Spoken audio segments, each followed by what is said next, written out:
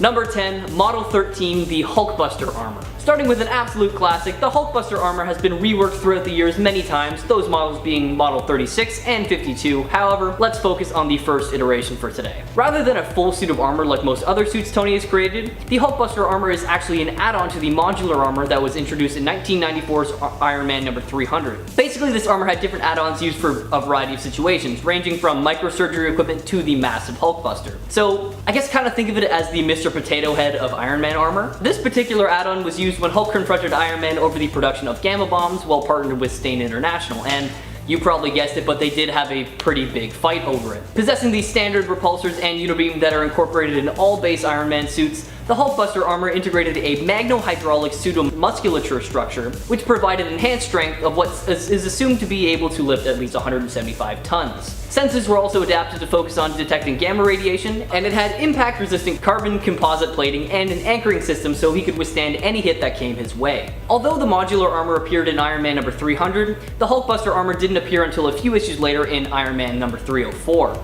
But, I mean, we're all pretty familiar with this one, I assume, since it has already appeared on the big screen in Avengers Age of Ultron. So, let's move on to some stronger and maybe lesser known armors. Number 9, Model 57 3FB. Known officially as the Fin Fang Foom Buster, this suit was designed by Tony alongside Stark Unlimited as a countermeasure against his longtime enemy, Fin Fang Foom. Before we dive more into this design, I do just want to say this one is probably my favorite suit design but I probably am a little bit biased considering I grew up on Gundam and Power Rangers, so anytime I see a blocky looking behemoth of a robot, I am instantly in love. But anyways, let's not dive too far into this tangent. Let's get back to the 3FB. Deployed by Stark to intercept Triple F, that is what I'm calling Fin Fang Foom because my god, that is a real mouthful, when he attacked Manhattan. This suit was deployed as a set of autopiloted air repulsor cannons, and in true Megazord fashion, they combined together to create the 20-story tall suit powerful enough to keep Triple F at bay. Alongside the standard Iron Man suit capabilities, this suit can emit electrical discharges from the palms of its gauntlets. Now, unfortunately, Triple F was able to land a critical hit on this armor, forcing Tony to eject from it and continue the fight in the Model 56 armor, and since then we haven't seen much of it. If you want to see the suit in action for yourself, check it out in 2018's Tony Stark Iron Man number 1.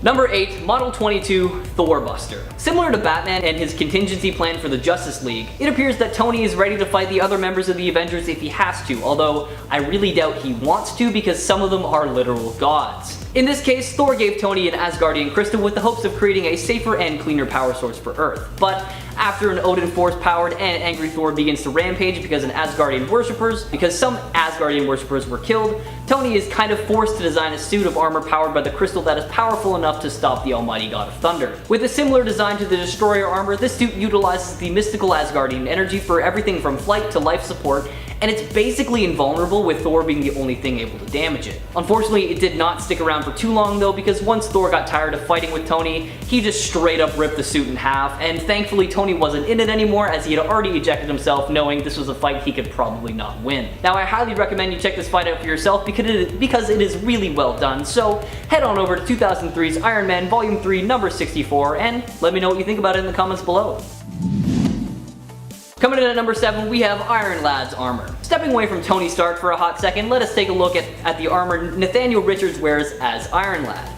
This neurokinetic suit was actually given to him by Kang the Conqueror, his future self, and Nate decided that instead of following in his own footsteps, he would travel to the past and enlist the help of the Avengers. However, they had already been disbanded. After downloading Vision's operating system and the Avengers failsafe program into his suit, he took up the guise of Iron Lad with plans to assemble the Young Avengers. While wearing this armor, Nate is able to lift 10 tons, create temporal divergences allowing him to travel through time, fire a concussive blast from his fingertips, and fly. This suit is also connected directly to his thoughts and emotions, so it's able to manifest and transform into whatever he's thinking. For example, say if someone grabbed him and he felt scared, the suit might create some spikes to get the attacker away.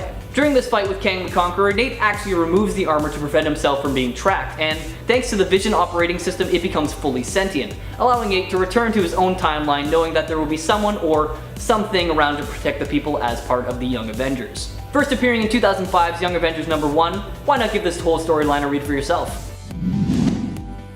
Number 6, Model number 9. Now this one doesn't really get a fancy title like the other ones for some reason, but that doesn't make it any less powerful. After just one look at it, you're probably really confused why I put it on this list today, and rightly so, because it is one of Tony's earliest models. Tony finished this model just before the first Armor Wars and was very reluctant to use it due to its high power capabilities. However, he was later forced to use it to stop firepower after he was previously defeated in his other suits, and needless to say, he kinda got a taste for it because he continued to work as Iron Man in this suit for quite some time. Equipped with a battle computer that can track up to 60 enemies at once, a universal translator, an energy shield, and so much more, this suit is really not one you want to mess with. However, that's not why I thought it should be mentioned today. This suit is unique because at one point it actually fused with the Sword of Legend, Excalibur, bestowing Tony with magical powers along with his already incredibly advanced technology. And now with a badass new look, this suit also made him invulnerable, and this suit allowed Tony to defeat an extra-dimensional eye monster before reverting back to its original form. It sucks that this form didn't last longer, but hey, I guess if you make Iron Man invincible for too long, his ego might get bigger, and I don't think anyone would be able to handle that. The model number 9 suit first appears in 1988's Iron Man number 231, but if you're only interested in seeing it fused with Excalibur, don't worry, I got you. Check out Iron Man number 249 and 250. Number 5, we have Model 50 Endocyme Armor. Following the inversion spell that flipped his moral axis, Tony designed the Endocyme suit, a symbiotic suit made completely of a liquid smart metal that hardens when in contact with his body. Based off the symbiote's biology, this suit is basically meant to be on his person at all times, and it can even be controlled remotely, going as far as to take a humanoid form that is able to take commands through a psionic link. The abilities of the suit are absolutely insane. It's capable of absorbing energy, sustaining electrical currents like a never-ending taser, and even has the ability to increase its size into a makeshift HULKBUSTER style suit. Fans have seen this armor go up against the likes of Storm and Spectre and come out on top with little to no damage taken. Unfortunately, or thankfully, I guess I'm not really sure at this point, it was destroyed during the Secret War and nobody has seen anything close to it ever since. Making a small cameo in 2014's Avengers Volume 5, number 32, we are fully introduced to this beast of a suit in 2015's Superior Iron Man number 1, so go take a look at it for yourself. Coming in at number 4, we have Model 51 Model Prime Armor. With the prototype first appearing in 2015's Contest of Champions number 1, this suit's full version came to life in the Invincible Iron Man Volume 3 number 1, and man, it is a pretty dang good suit. It basically combines all the aspects of Tony's other suits, making it adaptable to any task at hand. Even though it was designed solely because Tony felt threatened by Riri Williams, the 15-year-old MIT student who was able to reverse engineer some of his tech, it's a good thing it came to be because it has been very useful. Comprised of small hexagonal scales, this suit features upgraded versions of the standard Iron Man armor weaponry such as repulsor blasters that can cut through enemies with phasing abilities, and 3 unibeams on his chest, effectively making it a tri-beam. This suit also has some new tricks up its sleeves, such as a new onboard cloaking system. It can work autonomously if the pilot is injured, and most impressively, the suit can change shape at a moment's notice into anything from a sword to a complete shift into a HULKBUSTER-like suit. It's also immune to a number of attacks, namely sonic attacks and EMPs, and can take a serious beating from the likes of Captain Marvel and so many more. There has also been another character in the Marvel Universe who actually donned this specific suit for a bit, but you know what, I'll let you find out who it was for yourself.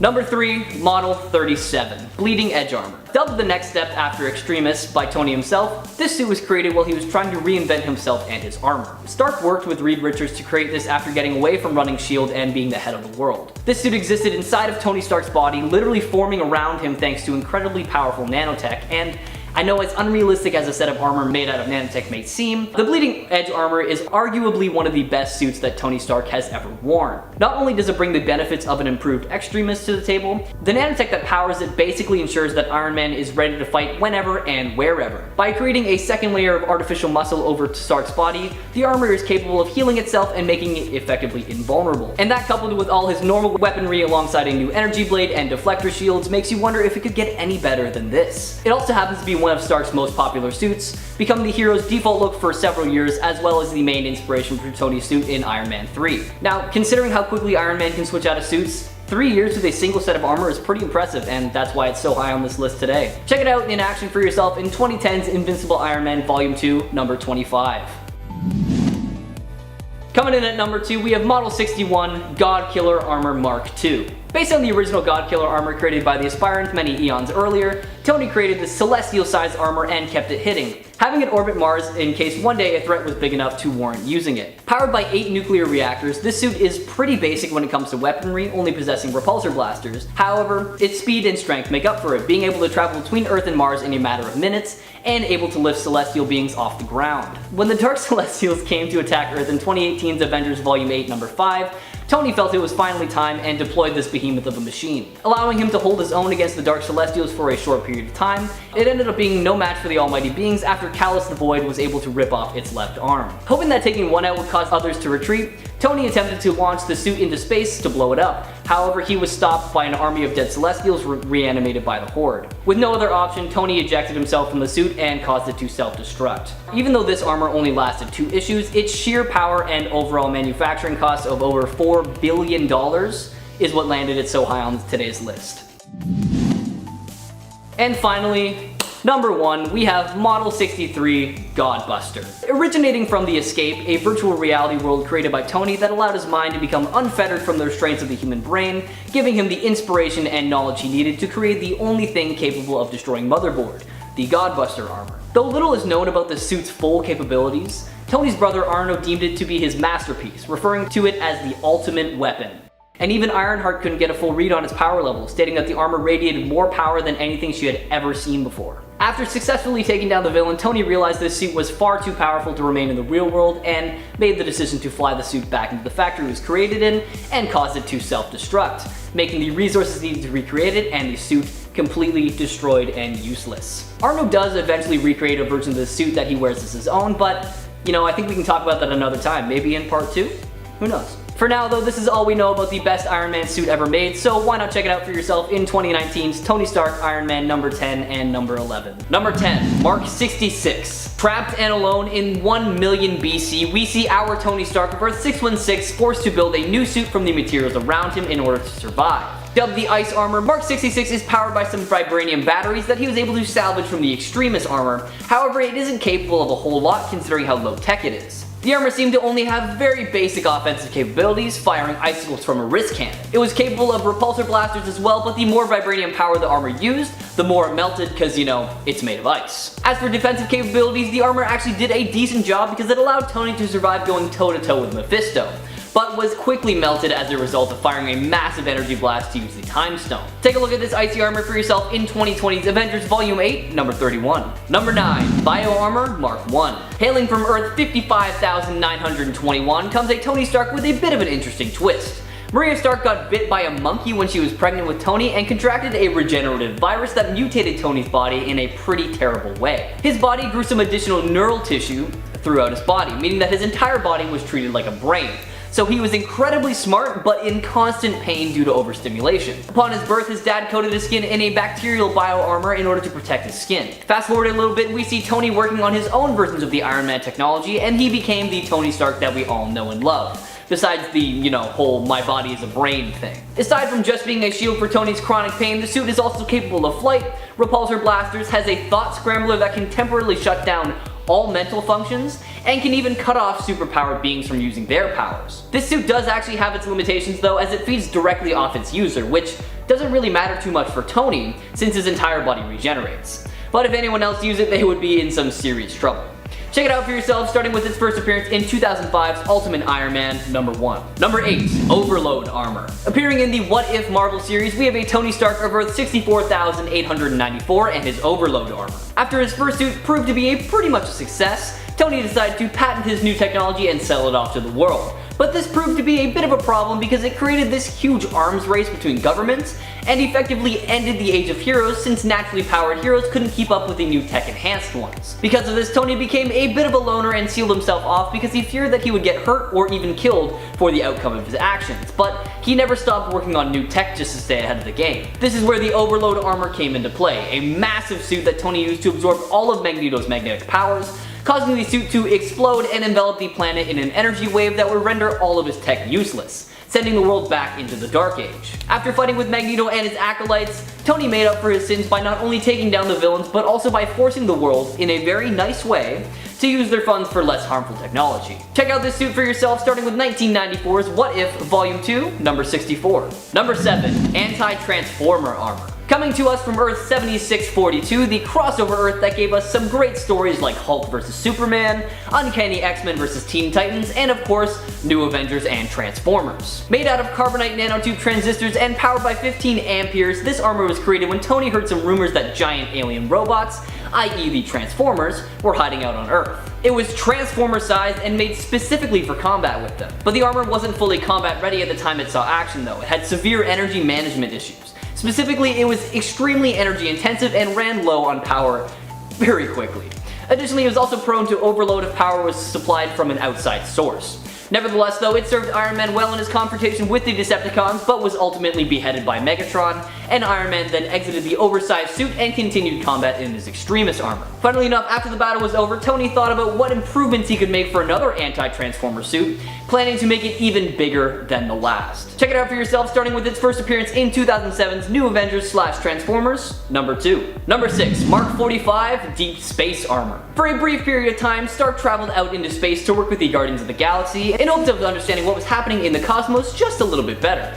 In order to do so, he needed to create a suit that not only allowed him to survive the harshness of space, but also allowed him to move around with ease. The deep space armor that he created is absolutely incredible, as it's capable of traveling at warp speed for interplanetary travel, featured upgraded versions of all its normal weapons, and came equipped with an armor extension similar to the HULKBUSTER armor known as the Saturn V armor, specifically designed for landing on harsher planets. The suit also came equipped with the upgraded Pepper AI system, which was capable of taking over the suit in case of emergencies, and it had the Stark Omniversal multitasking software installed in it, meaning that Tony could control all of his suits on Earth from light years away. This suit is one of the most adaptable models Tony has ever created, and I highly recommend you check it out for yourself, starting with its first appearance in 2013's Iron Man Volume 5, number 5. Number 5. Mark 48 Cold Iron Armor. Another suit coming from the mind of Tony Stark of Earth 616 is the Cold Iron Armor, formerly known as Mark 48. It was first used by him after a stealth mission gone wrong, and Stark found himself in need of some reinforcement. At first glance, it doesn't look all that powerful in the conventional sense, but that's because it's specifically designed for the interaction with the magic realm rather than the human realm. What was otherwise a regular Iron Man suit was altered with the help of the magician Siobhan Haldane, who basically created something to help Stark survive in the world of the Dark Elves. The suit itself is made of cold metal, so just touching it weakens the Dark Elves, and it can also fire weapons made of that same iron, allowing the Armored Avenger to live up to his name just a little bit more, while being effective against the things that have a weakness to that material. All in all, this makes him deadly enough for the Elves, who normally, for mortals, are a big threat, and that is why this suit is on our list today. Check it out for yourself in 2014's Iron Man Volume 5, number 24. Number 4. Mark 29 Extremis. Yep, that is right, I'm actually talking about the Extremis armor this time. In an attempt to take down the Extremis-powered Malin, Tony did the only logical thing he could think of. Inject himself with a modified dose of Extremis to heal his injuries and allow him to pilot a suit that he'd been working on that was a bit tougher and a lot lighter than anything else he had built before. The modified dose allowed the crucial undersheath of the Iron Man suit to be super compressed and stored in the hollows of Tony's bones. The undersheath became directly wired to Tony's brain, which allowed him to control the new Iron Man armor with thought and even interface with other technologies. As one of Tony's more famous and recognizable suits, you probably already know a bit about it and what it's capable of, but I'm gonna give you the rundown anyways. This suit was capable of regeneration for both the suit and its wearers, could be piloted remotely, allowed Tony to access pretty much any form of technology, could time travel, and was pretty adaptable as the neural net would not only protect the wearer from superpowered attacks, but could also simulate them. Also, can't forget that it came equipped with the standard unibeam, pulse bolts, and flight ability as well. Why not check it out for yourself, starting with 2005's Iron Man Volume 4, number 4. Number 3. Mark 38 Uru Armor. Making its debut in the Fear Itself storyline, the Uru armor, also known as the Iron Destroyer, was an enchanted bleeding edge armor that was based off the Destroyer, enhanced with Asgardian magic, and covered in Asgardian Uru metal. During the War of the Serpent, Odin Borson let Stark have access to the forges and created an arsenal of Uru weapons to combat the enemy forces raising the Earth. In order to acquire his own enhancements, Tony merged the systems of the bleeding edge armor with Uru, turning it into the Iron Destroyer until the end of the battle. This specific suit's capabilities are not entirely known, but since it is an improvement on the Bleeding Edge armor, then we can only assume it still has all the capabilities of that suit, such as regeneration, that whole energy blade and deflector shields thing, and of course, the normal weaponry that you would expect. Now, just imagine all of that, coupled with the almighty power of Asgardian magic and a near indestructible metal. That would make for one ridiculously OP suit. So why not check it out for yourself in 2011's Fear Itself number 7, and let me know what you think of it in the comments below. Number 2, Mark 68. Now if you're not familiar with the more recent Iron Man storyline, don't worry, I will not spoil too much of it for you, but just in case you don't want to know anything about it, you might want to skip ahead a little bit. After Tony finally realized he was the real Tony Stark, it's weird, I know, but it makes sense in context, trust me, he started working on this specific suit using all the virtual resources available to him. What sets this suit apart from his other suits is that it's not actually made of metal or any matter at all. This suit is composed of solid holograms from the E-scape. This allows Tony to create any weapon he could possibly think of, including repulsor beams and unibeams. The armor also augments Tony's strength to the point where he could easily rip apart the armor of his brother Arno. Now defensively, the armor can protect against any standard weapons like missiles and unconventional ones like repulsor beams as well. I think the best way to sum up the suit is with a quote from Tony Stark himself. "Come on Arno, still making armor out of metal? How very 2020. I'm a futurist. My new suit's made of an entire world, the E-scape. Solid hologram, virtual armor, it's only my limit. My imagination." Take a look at this armor for yourself, starting with 2020's Iron Man 2020, Volume 2, Number 5. And Number 1, ZIRAN armor. Making its debut in What If Newer Fantastic Four, a new iteration of the Fantastic Four was introduced to us made up of Iron Man, Spider-Man, Wolverine, and the Hulk. This iteration goes up against Thanos as they are apparently the best chance at taking him down, and they do actually succeed with Wolverine cutting off his arm. But anyways, I'm gonna focus on the ZIRAN suit now. When ZIRAN, the tester of the Celestials, was murdered by Thanos via the use of the Infinity Gauntlet, the newer Fantastic Four brought ZIRAN's arm through their modified negative zone portal where Tony Stark and Bruce Banner, who had been permanently separated from the Hulk at the time, could study it properly. After learning that the Celestials controlled their armor via sheer willpower and thought alone, Tony managed to adjust the armor to respond to human thought, and linked it to the negative zone using Mr. Fantastic's technology. And then took control of the armor and made it his own. The actual capabilities of this suit are not fully known, but with the vast cosmic powers it should possess, the armor is able to withstand planet-shattering impacts with ease, and the armor is able to withstand strikes from nuclear warheads, and it's said to even be more powerful than some of the Celestials out there. And not to mention, it's said to be even more powerful than the God Killer Mark II. If you've got any more info on this suit, please let me know in the comments below. I am honestly in love with it and would love to know some more. For now though, check it out for yourself in 2009's What If Newer Fantastic Four. Number 10, Iron Goblin. Iron Goblin was a version of Tony that was kind of combined with Green Goblin through being exposed to the Goblin serum in order to save his life. This saved him from the spider virus, but also made him insane like Norman Osborn. This version of Tony Stark ultimately decided to sacrifice himself for others, not wanting to completely lose his sanity, and as a means of making amends for all the bad that he had done in his life prior to becoming Iron Man. As Iron Goblin, he wielded the Ebony Blade, attempting to buy some time for the Resistance to escape from the Spider Army on Spider Island, which if you didn't know is all part of Battle World, Secret Wars, all that good stuff. Number 9, Old Iron Man. This version of Tony Stark is actually the original from the comics who died after it was revealed in the Crossing event that he was actually evil. Dun dun dun! This version of Tony was a sleeper agent for Kang the Conqueror who had brainwashed him into basically becoming evil and becoming a villain. Even the Avengers couldn't stand up to Iron Man alone here. They recruited a younger version of the hero from the past to join them in their fight against older Iron Man. Unfortunately, this only resulted in younger and less experienced Tony getting his butt whooped and nearly being killed by his older self. In the end, older Iron Man was defeated when he basically saw the light and decided to return to the side of good, sacrificing himself and also creating a chest plate before doing so in order to stabilize his younger self, who would then go on to take his place. That's a real thing that happened. The Crossing, what a time. And friends, before we move on to this next spot, if you are loving this list, if you want to learn about more awesome alternate versions of Iron Man, be sure to show us by giving this video a like, give it a little thumbs up, and definitely do that because there's lots of alternate versions of Iron Man that I still haven't mentioned. I didn't think I was gonna be super into Iron Man and that I would have all these alternates on my mind that I wanted to talk about, but there's actually a lot that I still haven't talked about. A lot of great ones. A lot of lady Iron Mans as well that we haven't talked about. Iron Womans. Iron Womans? I don't know. Number 8. Superior Iron Man. While this is still Tony Stark from the main continuity, Stark also kind of erased this version of himself from his brain in order to... This is so complicated, I love it.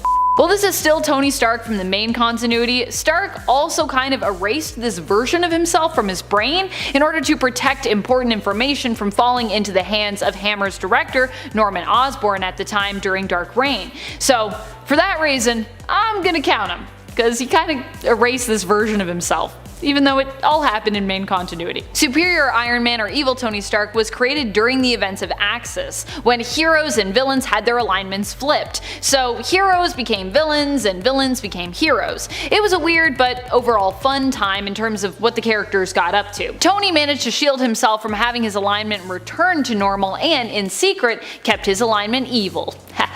This version of Tony had no moral code holding him back, and at one point almost successfully took over San Francisco with the creation of a phone app and a little bit of Extremis. True story. Well, maybe a lot of Extremis, because it went into the water supply. But still, I think it's impressive if you can be like, here's an app, it's free, now it's $100 a day! That's crazy. Sorry, $99.99.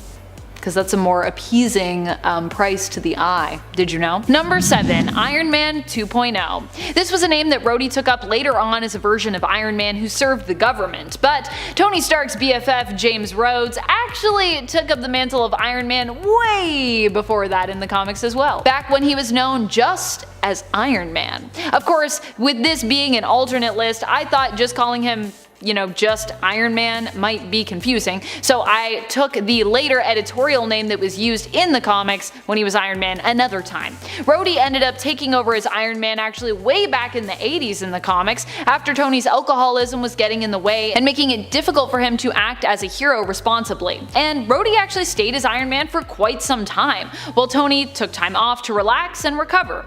Rhodey was an impressive Iron Man, but would eventually be forced to give up the mantle due to headaches that he suffered as a side effect of the suit not being properly calibrated to his brain patterns. Which honestly, I feel like if you're taking over as Iron Man, that should probably be a step that happens. Like, it's kind of rude that Tony didn't think about that. These headaches made him overly aggressive and irritable, forcing Tony to reclaim the mantle once more, because it was too dangerous, but he'd be Iron Man again later, so yay! Number 6. Iron Man 2020. This version of Iron Man is the brother of Tony Stark and the legitimate child of Howard and Maria Stark, because as we'd later find out, Tony was adopted. But before that happened, they had Arno. Arno had to be hidden away for years because he was sick and in danger, but once that was somewhat resolved, it's kind of a long story, Tony ended up learning of his existence and reached out to meet his brother.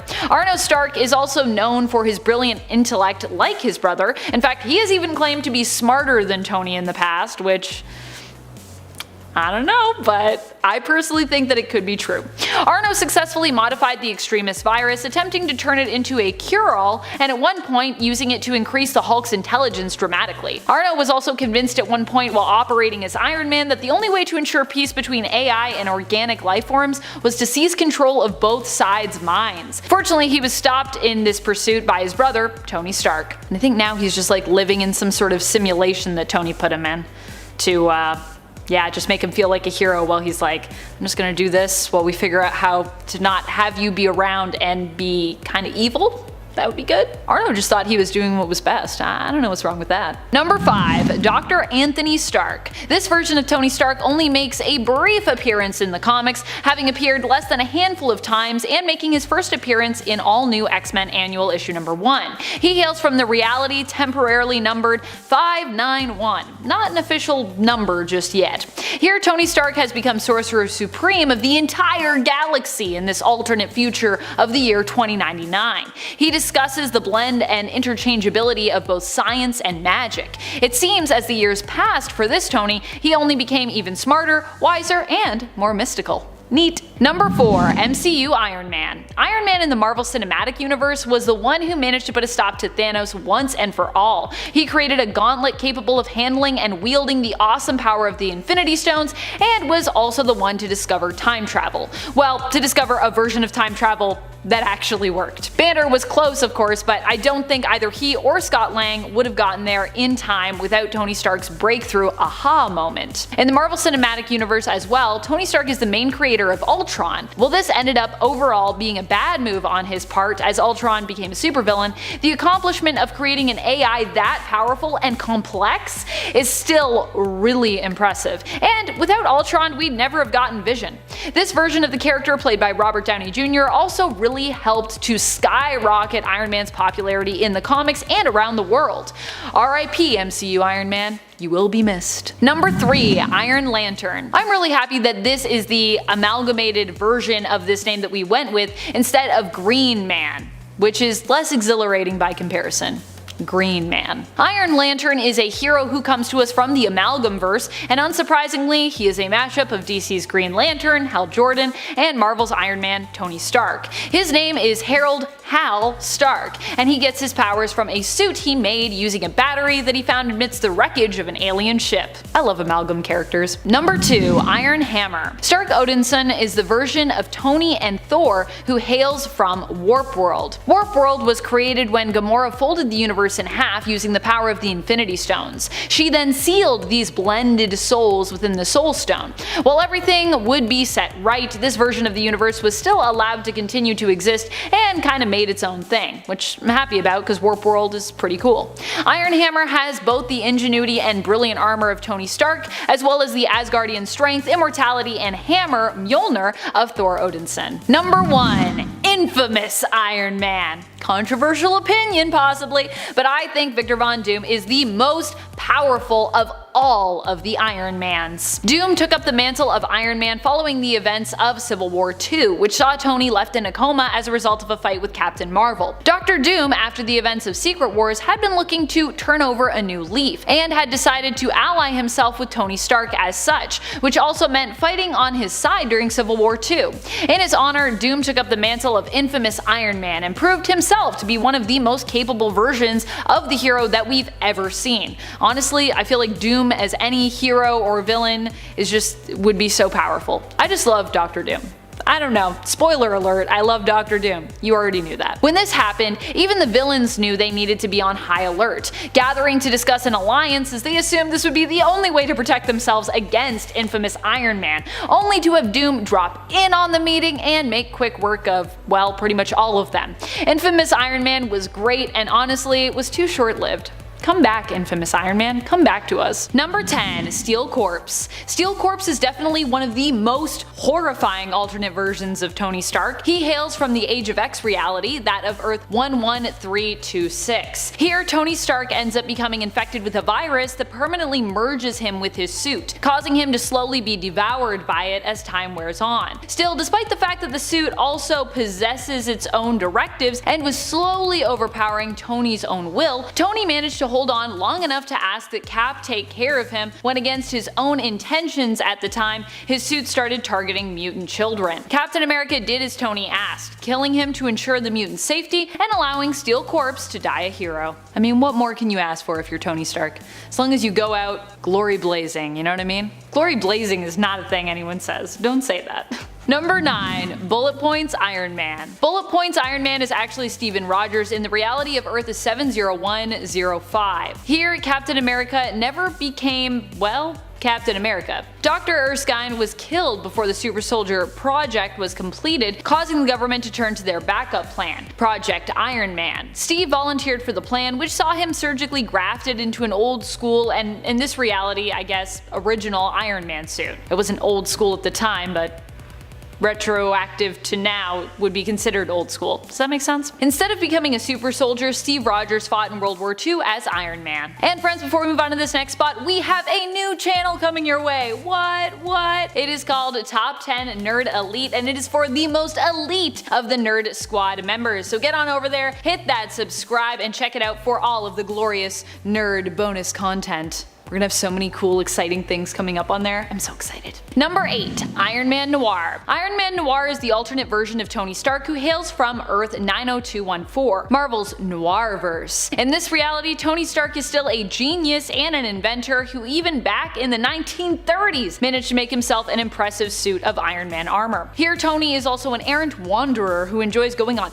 expeditions and adventures to hunt down lost artifacts. Along the way he makes some powerful allies and learns dark truths about his family. Number 7. Younger Tony. A weird fact is that for a while in the main continuity an alternate version of Tony Stark was actually the main version, while at the same time still remaining an alternate. Are you confused yet? Kind of like how Miles Morales is both Spider-Man in the 616 continuity, but also an alternate Spider-Man from outside of that continuity. Even though I know what you're all thinking, well, Miles Morales isn't like the main Spider-Man. Whatever, he's a main Spider-Man in my heart. And that's why this is a little bit different, because this version of Tony Stark actually took his predecessor's place. For a time, anyways. What happened was older Tony Stark, the original version, had been revealed to be a sleeper agent for Immortus, aka Kang the Conqueror. As a result, the Avengers brought back a younger version of Stark to help in defeating the hero turned villain. Unfortunately, that didn't work out great, and younger Tony Stark almost got himself killed. However, in the end, older Tony saw the error of his ways and sacrificed himself, passing the torch on to younger Tony of Earth 96020, plucked from earlier on in Tony's own timeline. This younger version of Tony would stick around on Earth 616, helping to defeat Stockpile, Frostbite, Zodiac, and eventually even Onslaught. After his seeming death at the hands of Onslaught, young Franklin Richards brought back all of the heroes who had fallen,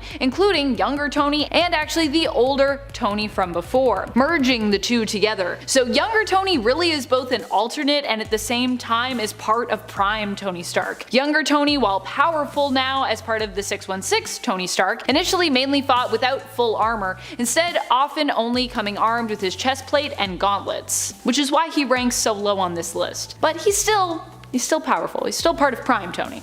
So we gotta count that. Number 6. Agent Venom. For a very brief moment, Flash Thompson got to experience what it was like to be Iron Man when he donned an Iron Man suit in order to get in closer to Venom, which itself was bonded with Superior Spider-Man, making him lose control and turn violent. I don't know if we'd exactly consider him a true alternate, as I believe his time donning the armor was quite brief, unless there's something that I've missed here, but it's still a cool moment in a pretty cool story, and so for that reason, we're gonna count it today. Fortunately, through using the Iron Man armor, Flash was able to get up close and personal and lure the symbiote back to himself, once more becoming Agent Venom. It was also during this adventure that Flash was also made an honorary Avengers team member.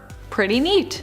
Number 5. Superior Iron Woman, aka Rescue. Rescue is Pepper Potts, Virginia Pepper Potts, and the editorial name used for her was Superior Iron Woman. I just felt that name was more in theme with what we have going on this list, and we already have Agent Venom on here, who sadly did not really have a cool Iron Man related name during his brief time in the armor, so I was like, I want to try to keep it as Iron Man-y as I can. Pepper became Rescue after Norman Osborn took control, leading the SHIELD replacement organization Hammer. During her escape, Pepper found a suit designed just for her, which also happened to have an AI version of Jarvis inside. She not only has her own suit of highly advanced armor, but she also has the repulsor tech node, which helps to keep her alive after she also had irremovable shrapnel lodged near her heart. But the RT node also acts as an extra sense, allowing her to feel and interact with various types of energy. It also enhances Pepper's senses and grants her increased strength and overall durability. Number 4. Zombie Iron Man. Well, you might think it would be hard to turn Tony Stark into a zombie because of, his Iron Man suit always protecting him. You'd actually be wrong. It was before he could get his suit on that he was bitten while working on a teleportation device thought of as a way to save the survivors on their world and basically shut out the zombies.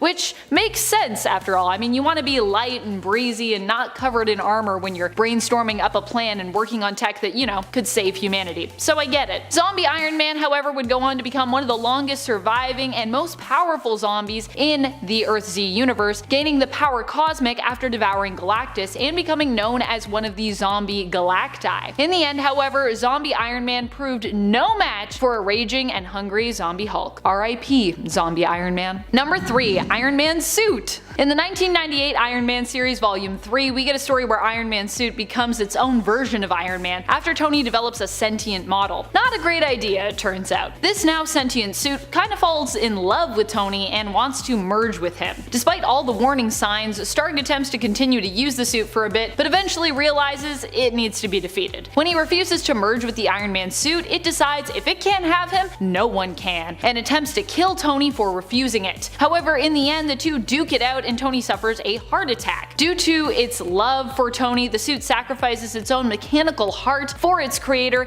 giving up its life so that Tony Stark can go on living. The whole thing is pretty weird, but also pretty great. And if not for the heart attack, I'm not so sure how Tony would have actually fared in the end against his sentient suit, because it was pretty powerful. I also love the part where he's suffering from the heart attack and he's like begging the suit to kill him so that he doesn't die like an old man. I kid you not, that is the thing that happens. If you want to check out the sentient suit story and Tony begging to be killed because he's like, I can't die from a heart attack, feel free to give issues 26 through 30 of the 1998 series a read. Number 2, Iron Man 2020. I know what you're thinking if you've watched part 1 of this list, but Amanda, wait a minute, didn't we already talk about Iron Man 2020? And you're right, of course, we did talk about Iron Man 2020, but we did not talk about this Iron Man 2020. This version of Arno Stark hails from the Earth 8410, the future. You can tell it's the future because of those sweet gear shoulders on his armor. Just look at those gears, just check that out. This version of Arno Stark is also a genius who is great at inventing things and is meant to be the descendant or semi-close relative of Tony Stark, but not his brother,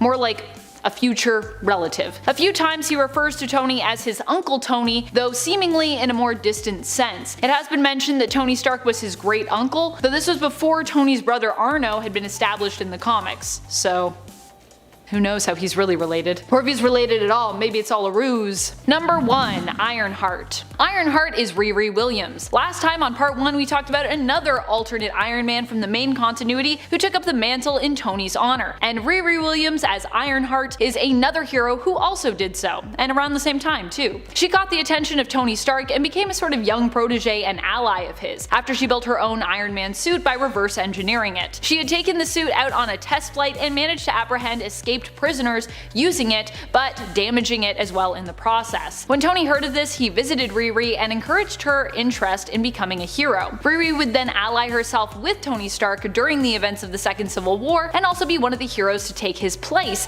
after he ended up in a coma following his fight against Captain Marvel. Like Iron Man, Ironheart is also a super genius who has managed to invent and create some really impressive tech, sometimes even without access to the best equipment.